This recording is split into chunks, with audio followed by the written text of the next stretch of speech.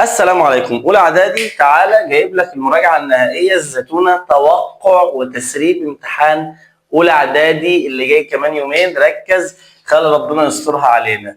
وعملت لك في الزتونه اهم الكلمات من كل درس، توقع البراجراف من كل وحده، توقع اسئله المحادثه من كل وحده، توقع اسئله القطعه اللي ممكن تيجي من اي موضوع من المواضيع الستة اللي عندك في المنهج، ثم ملخص اهم افكار القواعد. مش هأطيل في الفيديو علشان الدنيا ما تبقاش زحمة، واشرح الكلمات واشرح القطع واشرح البراجرافات واشرح المحادثات.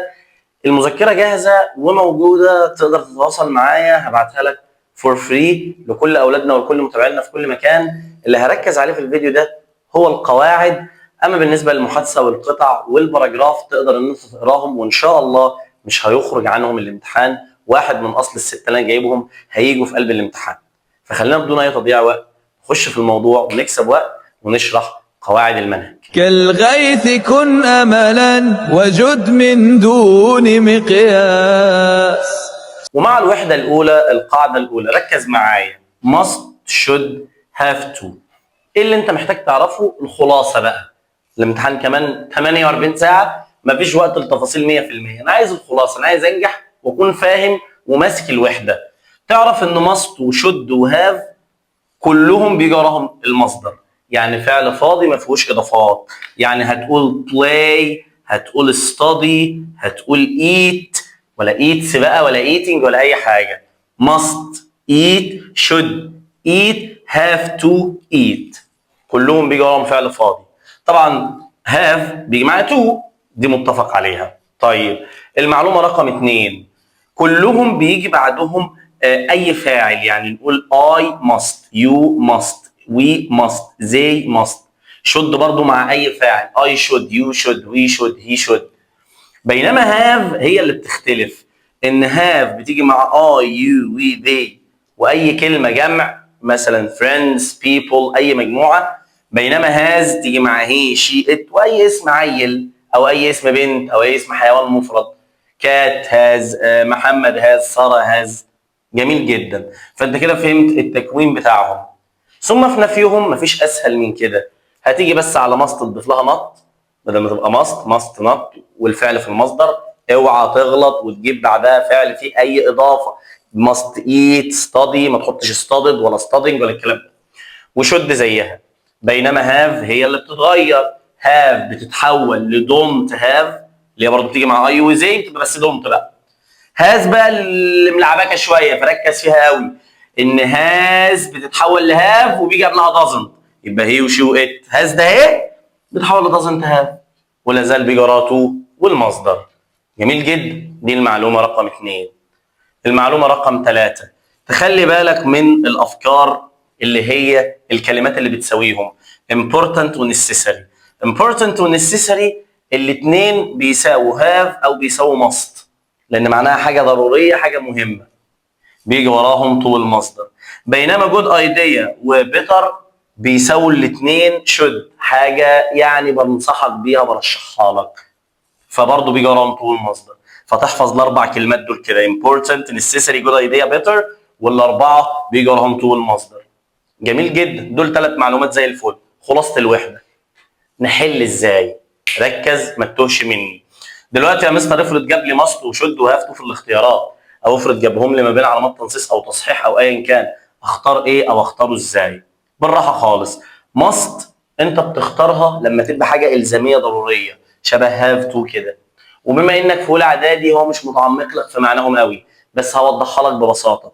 احنا نقدر نقول ان ماست هي اخت شد الكبيره. يعني انا لما اقول لك يو شود ايت، انا بنصحك كل يا حبيبي، كل يا بابا، كل يا سك، كل يا نغبه، بنصحك عادي جدا مفيش اي مشكله. بينما ماست ابوك بقى جاي لك بالحزام مثلا بس لازال بينصحك. انا والله بعمل ده عشان مصلحتك، وانا دغدغتك وكسرت عظمك ليه؟ مش عشانك، عشان تبقى بني ادم. امك مثلا بعد ما جابت مناخيرك مكان وشك ولوحتك كده، لسعتك قلم، لفه في دماغك كده، نساك الذاكره اللي انت بتذاكرها من اول الترم. وانا بعمل ده كله عشان مين؟ ما عشانكم.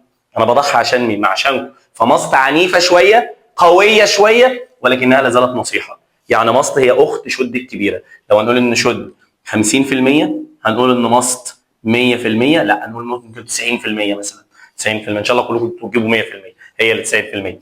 فماست هي لا زالت شود بس اقوى شويه، بينما هاف هي اللي ما فيش فيها اختيار. يعني لو انا بقول لك يو شود ايت هقويها شويه اقول لك يو ماست ايت. لو انا بقول لك يو شود برينج ا جيفت هتلاقيها هديه، انا بقول لك يو ماست برينج ا جيفت هتلاقيها هديه، بس برضه لا زالت ايه كده. لو انت واقف مثلا بتفكر نفسك بحاجه فبتقول مثلا ايه اي ماست باي ماي ماذر ا بريزنت، لازم اشتري هديه لماما، فبتفكر نفسك بقوه ولكنها برضه لا زالت تذكير ونصيحه وهكذا. فبس ماست لا زالت قويه. هاف تو ما فيش فيها اختيارات بقى، مفيش فيها اختيارات. يعني انت لو مثلا ما معكش باسبور مش هتعرف تسافر، فيو هاف تو جيت ا باسبورت، لازم يكون معاك باسبور والا مش هتعرف تسافر. دي حاجه مش بمزاجك، حاجه مش بمزاجك. فنقدر نقول ان هاف تو الزام اكتر من كونها ماست هي اللي الزام. جميل جدا. في برضه فرق كده احيانا ان لما بيتكلم في عموم، يعني احيانا لما بيقول لك مثلا ايه all students must attend early، كل الطلبه لازم تحضر بدري، هنا بيتكلم الناس كلها اجمالا في العموم يعني in general. بينما لما يعمل بقى سبيسيفيكيشنز ويجيب واحد يقول له انت يالا يو هاف تو، تعالى انت يالا تيجي بدري يالا، فهنا حددنا وشخصناها مع شخص بعينه فبتقلب لهاف تو شويه. ولكن اجمالا بما انه اولى اعدادي في الحالتين تقدر تختار دي او دي بنسبه 90%. جميل جدا. فماست الزام شويه، شد نصيحه، هاف تو الزام وضروره لا غنى عنها. جميل جدا. طيب في النفي يا مستر المعنى بيتغير ولا حاجه؟ اه طبعا. انا لما اقول لك يو شود اعمل كده، لما اقول لك يو شودنت كخ كخه، بس شيلك من بقك، تحط شيلك في بقك كده، فيو شودنت ما تعملش كده. بينما لو اقول لك يو ماست ده الزام وضروره، لما هقول لك يو ماسنت ده نهي وتحريم، اللي انت بتعمله ده غلط يا بيه، اللي انت بتعمله ده ما ينفعش، انت بتعمل ايه بس يا حبيبي، بس يا بابا بتجور في ايه قدام الناس بس يا ابني. فاللي هو انا بمنعك منع تام من كده. يو ماسنت بارك هير، ممنوع يا فندم تركن هنا معلش، ولا يو ماسنت سموك ان هوسبيتال، معلش يا فندم خلي عندك دم يا فندم وما تدخنش في المستشفيات ولا في الطرق العامه ولا في المواصلات العامه عشان بس الناس وصحتها والقفص الصدري، معلش بس يا فندم ده مش نظام الطيارات هنا، معلش معلش بس ما تدخنش يا فندم عشان صحتك وصحتنا. يو ماسنت دو ده، ما تعملش ده. بينما يو دونت هاف تو او دازنت هاف تو، انا مش بقول لك كخه بشودنت ولا بقول لك ماسنت ممنوع، انا بقول لك براحتك، براحتك. واعتقد دي مريبه لو نبع مثلا، لو انت متجوز مثلا او لو انت خاطب مثلا وتيجي تقول ايه يو ماسنت، هي بتقول لك ما تعملش ده عشان هي شايفه ان ده حاجه وحشه، بتقول لك ما تعملش ده، هي هنا بتنصحك عادي. بينما لما تقول لك براحتك اعتقد دي مريبه اكتر. فانتوا تخلوا بالكم يعني لو ماما عملت فيكم الحركه دي وقالت لك براحتك اعمل اللي انت عاوزه، انت شايف صح عمله غلط، صدقني دي حاجه مريبه جدا لما تطلع من ست. فيو ماسنت ممنوع، يو دونت هاف تو براحتك، هي مش ضروريه، اللي انت عاوز تعمله اعمله، اللي انت شايف صح عمله غلط براحتك. جميل جدا. بيتبقى تكه اخيره لو جات لك في الامتحان في الحل، يعني ممكن تجي لك في سؤال التصحيح ما بين علامات تنصيص كده ما بين قوسين كده، فانت خلي بالك بقى ان دي بيجي وراها ايه ودي بيجي وراها ايه وكده. فاضل حاجه بس اللي هي ايه، لو جات لك جمله وقال لك ما بين حط ماست او حط شود او حط هاف تو، فركز كده الاكسبريشن ده كله اتس امبورتنت تو مش عارف ايه، اتس نيسيسري تو، اتس ا جود ايديا تو، كل الاكسبريشن ده بيتشال وتجيب الفاعل يو او الفاعل يعني على حسب الجمله بيبقى مكتوب يعني الفاعل اللي هو بيكلمه يو مثلا، وتحط الكلمه اللي بين قوسين اللي هي مثلا شود ماست هاف تو، وتشيل الكلمه اللي بتساويها اللي هم الاربعه دول كده بيتشالوا. لو هي ماست هات المصدر، لو هي شود هات المصدر، لو هي هاف هات تو المصدر. دي مهمه جدا جدا جدا عشان لو جات لك في الامتحان او ايا كان. ودي كانت الوحده الاولى. يلا بينا للوحده الثانيه. في الوحده الثانيه بقى بيعمل لك ايه يا سيدي، بيجيب لك حاجه اسمها صفات وضمائر الملكيه. اولا وببساطه هي كلمات بتتحط مع كلمات عشان تظهر ان هذه الكلمات بتاعت حد او بتاعت حيوان او بتاعت ايا كان. يعني انا عايز اقول الحاجه دي بتاعتي انا، ماي، بتاعتي انا تبقى ماي، بتاعته هو his، بتاعتها هي her. يعني كتابي my book، كتابه his book، كتابها her book. طيب مثلا أبي فوق الشجرة my father، his father أبوه، her father أبوها. طب نقلب للجمع معايا اتس طبعا حاجة لحيوان، يعني الأكل بتاع الحيوان مثلا اتس فود، ديل الكلب اتس تيل. بتاعك أنت يبقى your father أبوك، your mother امك، your sister اختك. our father ابانا، زي في القرآن كده قالوا يا ابانا، بيندهوا على ابوهم كلهم. our father their father ابوهم هم. دول اللي بنسميهم ازاي نوصف بيهم للملكيه، ازاي توصف حاجه انها بتاعتك، ازاي تقول الحاجه ده اهي بتاعت الشخص ده اهو. تمام. لهم اخوات توأم، لهم اخوات توأم، ماي لها ماين، وهز توأم بالظبط. هير ضفنا لها اس، ات ملهاش، يو لها اس، اور لها اس، زير لها اس. طب اخواتهم التوأم دول فايدتهم ايه يا مستر؟ افرض انت عايز تقول ان الحاجه دي بتاعتك من غير ما تجيب اسم الحاجه دي اصلا، او هتجيب اسم الحاجه الاول ثم تقول بتاعتي. مش فاهمك يا مستر، بالراحه. انا هنا قلت this is not book، هروح قايل اي صفه على حسب هي بتاعت مين. my book، his book، her book، its book، your book، our book، their book. صفه، صفه يعني عايزه اسم توصفه. مفيش صفه من غير اسم، مفيش نعت من غير منعوت، مفيش فول من غير طعميه. ركز، بنجيب الصفه زائد الاسم، الصفه زائد الاسم. اما ده اسمه ضمير، فالضمير بيجي من غير اسم، الضمير بيجي من غير اسم، الضمير بيجي من غير اسم. خلي انت بقى عندك ضمير وذاكر، مش عارف تفتح تيك توك قصه تذاكر لي على اسم، خلي عندك ضمير انت وذاكر. اتمنى تكون بتشوف الفيديو على اليوتيوب مثلا. فالضمير اللي هو الضمير اللي هي حاجه بتشيلها وتحط مكانها حاجه، فما بيجيش معاها اسم. فانا دلوقتي لما قلت صفه تبقى ماي مثلا، ثم الاسم اهو. هنا كده ينفع احط الصفه؟ لا، لان مفيش اسم، مفيش بعدها اسم. ده الاسم جاي الاول، يبقى الاسم لما يجي الاول احط ضمير بقى. this is mine. طالما مفيش حاجه بعدها this book is mine، هذا الكتاب ملكي. فبقول مثلا ايه؟ this is his father، هذا ابوه، او this father is his. this is her mother، امها، وهكذا، او hers لو تشيل mother يعني. this is your food، اكلك، او this food is yours. ودي مهمه جدا برضو في الامتحان، من اكتر الافكار ومن اكتر الاسئله اللي بتيجي ومن اكتر القواعد اللي بتيجي، وبتلخبط الناس كتير جدا ايا كان المرحله الدراسيه. فركز اهو ببساطه، السبعه دول بيجي وراهم اسم، السبعه دول او السته دول ما بيجيش وراهم اسم، بيجوا لوحدهم كده بعد النقط فاضي. طيب في ايه بقى يا مستر محتاجين نعرفه تاني؟ نقطتين اتنين. النقطة رقم واحد، ازاي تحلها في الامتحان لو جات لك؟ ببساطة، لو جاب لك واحدة من دول ويقول لك حولها لواحدة من دول، ببساطة خالص كل اللي هتعمله، هي كانت this is my book، كل اللي عملته اني جبت بوك في الأول اهي بقت this book، وإز دنتها زي ما هي، وماي اتشالت اتحولت لماي تاني، واحدة تانية. this is her book، هذا كتابها، يبقى this book is hers.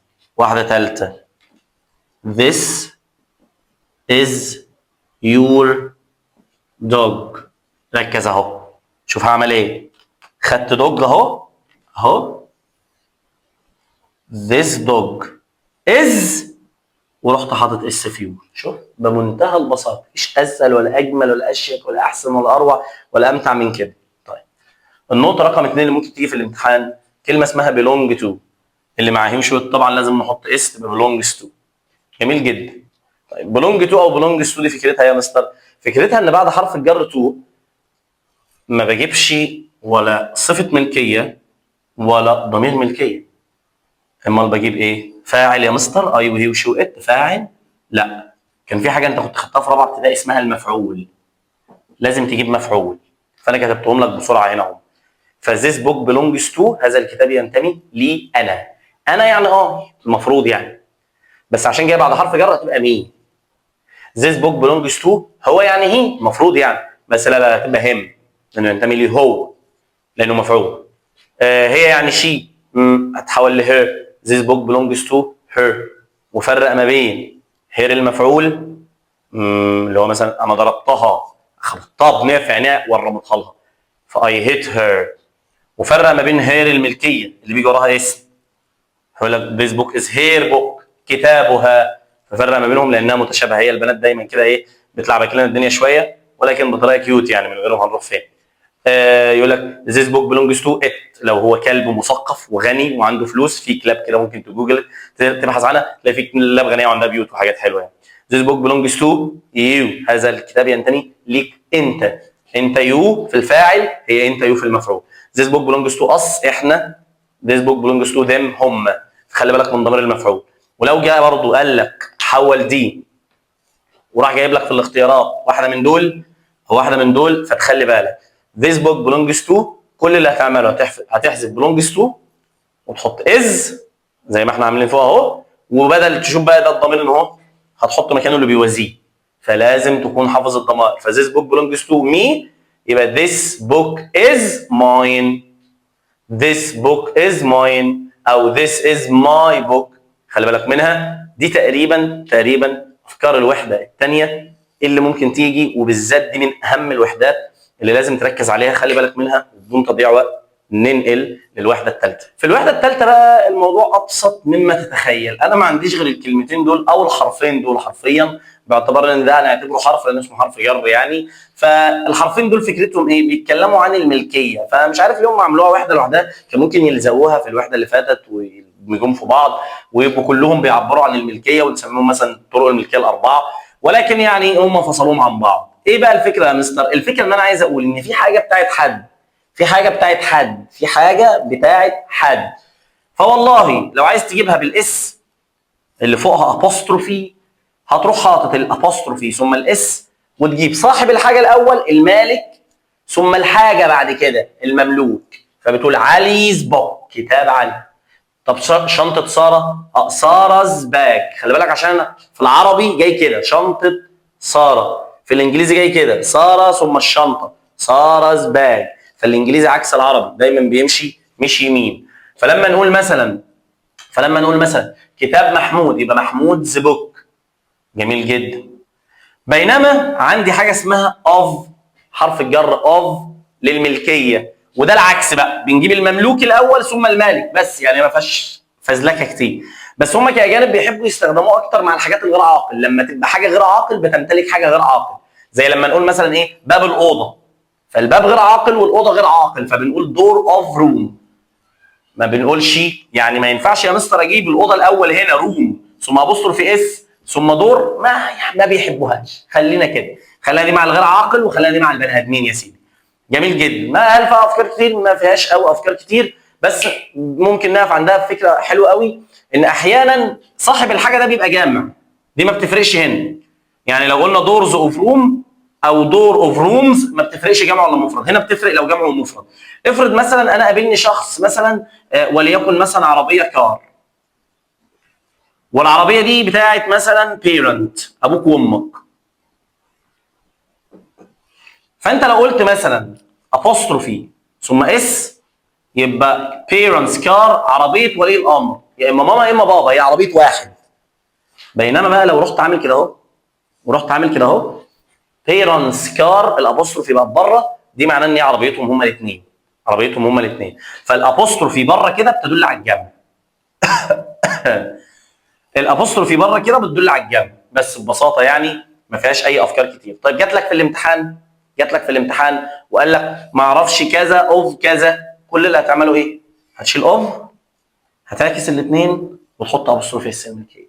طب العكس، جات لك علي's بوك، هتشيل ابوستروفي اس الملكيه تجيب بوك في الاول تحط اوف في النص. خلي بالك من الحته ديت، سؤال بسيط ولكنه من الاسئله الشائكه اللي ممكن توقع ناس كتير.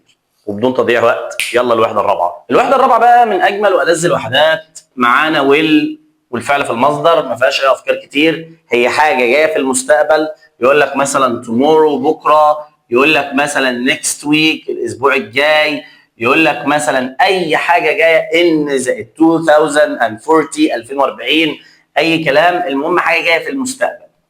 وفي الغالب الحاجه دي انت ما بتكونش متاكد منها، يعني think ده رايك، probable محتمل، promise بتوعد انها تيجي بس انت مش ضامن، predict يتنبأ بس انت برضو مش ضامن التنبؤ ده صح ولا غلط، فهو حاجه مش مؤكده يعني.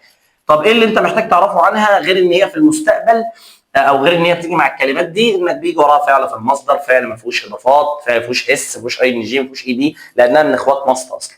وبتتنفي بانك بتحط لها نط، ونط بتتحول لوونت، وونت بلاي. فاي ويل جو هروح، اي ونت تو جو مش رايح. ما فيهاش افكار كتير، ما فيهاش يعني لعب كتير، ومش من المرجحات الا لو هتيجي في اختر كده او عايز ينجحكم، نتمنى ذلك يعني.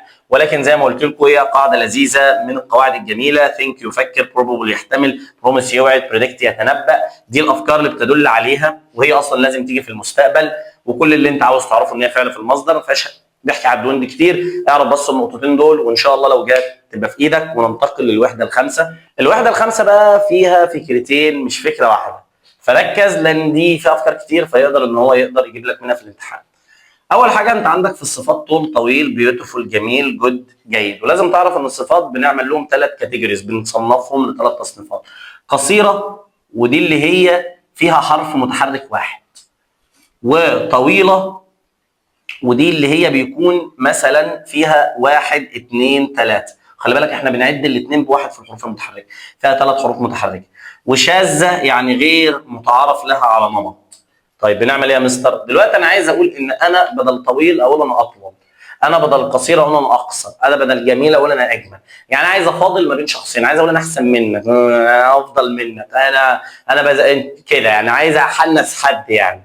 اعمل ايه في هذا الموضوع؟ اجي على المقارنه، لو هقارن ما بين شخصين، وعلى الصفه القصيره احط لها اي ار، وبدل ما تبقى طويل تبقى طول اطول، سريع تبقى فاستر اسرع، وهكذا. ثم اضيف معاها كلمه ذا، اسرع من، فاستر ذا، اقوى من، سترونجر ذا، احسن من، وهكذا. بينما لو فيها 3 حروف متحركه بضيف قبلها مور بدل الاي ار، مور. يعني انا بدل ما اقول بيوتيفولر ذان، لا اقول مور بيوتيفول ذان.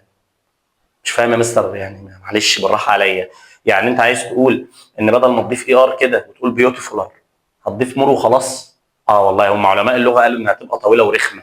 بس احنا لو ضفنا لها اي ار، الاي حرف متحرك وهي فيها 3 يبقى فيها 4، يعني العمليه هتخسر معانا، يعني ما تحسبش كده. قال لا يا مستر، يعني انت عايز تقول لي ان النومينال الترا مايكروسكوبيك سيل كونيوسيس كل دول، او سوبر كالفراجيش اكسبيليدوشس كل دول، ما الحروف ده كلها وده هي اللي هتبقى طويله بالحرف ده اهو، وننجز القاعده بدل ما احنا لسه هنعمل ده كله؟ معلش بقى هي الدنيا كده، وعلماء اللغه يعني مالك، روحوا له روحوا له. المهم فالصفات الطويله اللي فيها 3 حروف متحركه حط لها مور. حلو قوي الكلام ده. طيب هنا في الشواذ بتاخد مور ولا بتاخد اي ار، ولا ده ولا ده؟ جود خدت اي ار اتحولت لبتر، جود خدت اي ار اتحولت لبتر. يعني اعتبر الموضوع عامل شبه المعادله، انك مثلا جبت س زائد 1 بتساوي ص، حيث ان الواحد ده هو القيمه الثابته الاي ار، وس ده هو الصفه التي تتغير بالبتاع، وروح حاطط الصفه هنا هتبقى جود، تديني جود هنا، وتحط لها اي ار اللي هي القيمه الثابته، تطلع لك بقى الناتج على حسب ايه؟ قيمه س. فهنا هتبقى الناتج بيتر. طبعا لو انت مش فاهم رياضه، انا قلت ايه افكرك باحزانك انك وراك امتحان رياضه هيطلع عينك كمان شويه يعني، وقاعد زي تسمع انجليزي، او بالفعل ممكن يكون امتحان رياضه طلع عينيك ومش عارف الجدول مين قبل مين. انا مركز في الانجليزي بس قلت اديك هنت كده ايه، افكرك باحزانك وان الحمد لله دي مش حياتي. فبيتر هي جود بعد ما خدت اي ار، بينما باد حولت لورث بعد ما خدت اي ار. جميل جدا. ننتقل للتفضيل. لو واحد احسن من كل الناس، ميسي مثلا احسن لاعب رياضي في الكوره، كريستيانو مثلا احسن لاعب رياضي في الكوره، محمد صلاح مثلا احسن لاعب رياضي في الكوره، ابو تريكه مثلا احسن لاعب رياضي في الكوره، شيكابالا مثلا احسن لاعب رياضي في الكوره، عشان ما نزعلش اي طائفه وكل الناس اللي بتشجع الكوره، انا كده ما بفهمش في الكوره. فاللاعب ده او الشخص ده احنا بنفخم فيه رياضيا. فبدل ما تقول اي ار هتقول اي سي تي، وبدل ما تقول زان هتقول ذا. فبدل ما تبقى طولر ذان تبقى ذا طولست، بدل ما تبقى فاستر ذان تبقى ذا فاستست، بدل ما تبقى سترونجر ذان تبقى ذا سترونجست. كده واحد احسن من 3 او اكتر. طب مع الصفات الطويله برضو نفس الفكره، بدل مور هتحط موست، وبدل ذان هتحط ذا. ما ينفعش نقول بيوتيفولست، لا والله ما تخسر معانا، تبقى ذا موست بيوتيفول، ذا موست اكسبنسيف، وهكذا. طب في الشواذ بيتر اتحولت لبيست، شلنا التي ار وحطينا بيست. وورث شلنا بس الاي وحطينا تي، بقت ورست، الاسوأ.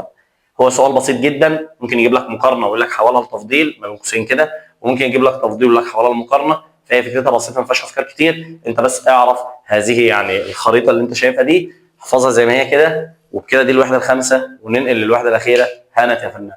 في الوحده السادسه بقى الدنيا جميله جدا. معايا بس 6 كلمات كده ولا 7 كلمات، فكرتهم بسيطه خالص. انا معايا الاسم له 3 حالات، يا اما بيكون اسم مفرد زي بوك كتاب واحد يعني واحد بس، يا اما بيكون اسم جمع بوكس كتب كتير قوي، يا اما بيكون اسم ولا هو مفرد ولا هو جمع خارج التصنيف زي ملك لبن.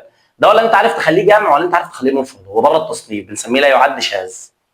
طيب بنعمل فيهم ايه بقى يا باشا؟ بنوزعهم ازاي يا مستر؟ اقول لك ازاي. والله لو مفرد اديله ابوك، اكر، ادوج. بس لو مفرد ومعاه حرف متحرك في الاول اديله ان. بس كده، بدل ما تبقى ابوك ايج، لا والله قال لك اصل ايج مش ظابطه، مش مستطعمها، مش حلوه، هتبقى انج بيضه، ان elephant فيل. طيب ان اورنج برتقاله، انما بنانا بنان. طب لقيته جمع لا الدنيا بهوأت بقى. يا صم يا اني، صم واني الاثنين بيجوا مع مين؟ مع الجمع والذي لا يعد. يبقى الحالتين التانيين للاسم بيجوا مع صم واني، فتقول صم بوكس صم ملك بعض من اللبن، اني بوكس اني ملك. الله يا مستر، طب هنا فهمنا ان دي بتيجي مع المفرد بس لما يبقى ساكن، ودي ان لما يبقى متحرك. طب هنا ده بيجوا مع الاثنين ساكن ومتحرك برضه؟ لا، دي بتيجي في الجمله، دي بتيجي في النفي. فبتقول مثلا some books، فيقول لك مثلا I have not books، او ان ما تنفعش عشان عايزه مفرد وده بوكس، بينما some واني تنفع بس ده طلعت مش منفيه، مفيش نفي هنا، يبقى some. لا ده حط don't، يبقى اني. تمام.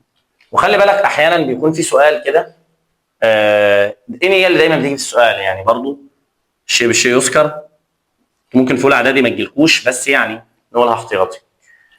اني بتيجي في السؤال معنا سؤال واحد اسمه سؤال العرض والطلب. يعني لما اقول لك مثلا is there any milk، هل في اي لبن؟ مفيش مشكله. is there any milk، هل في اي لبن؟ سؤال عادي جدا. بينما اقول لك can I have، ممكن لو سمحت اخد كذا، يبقى some. ممكن لو سمحت would you like some tea، اجيب لك شويه شاي.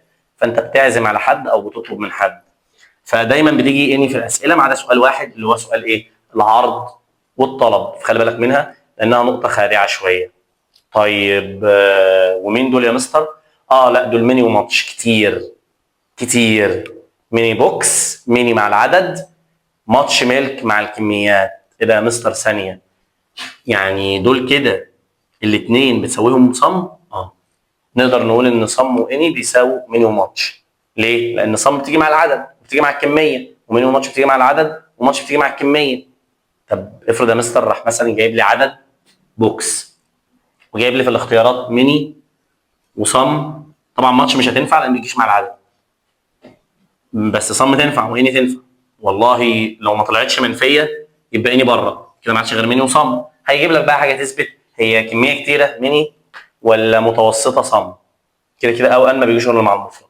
خلي بالك كده. وبرده من باب الضحك a lot of بتساوي ميني وماتش، يعني ميني بوكس a lot of بوكس، ماتش ميلك a lot of ميلك، فبتساوي من الاثنين اصلا.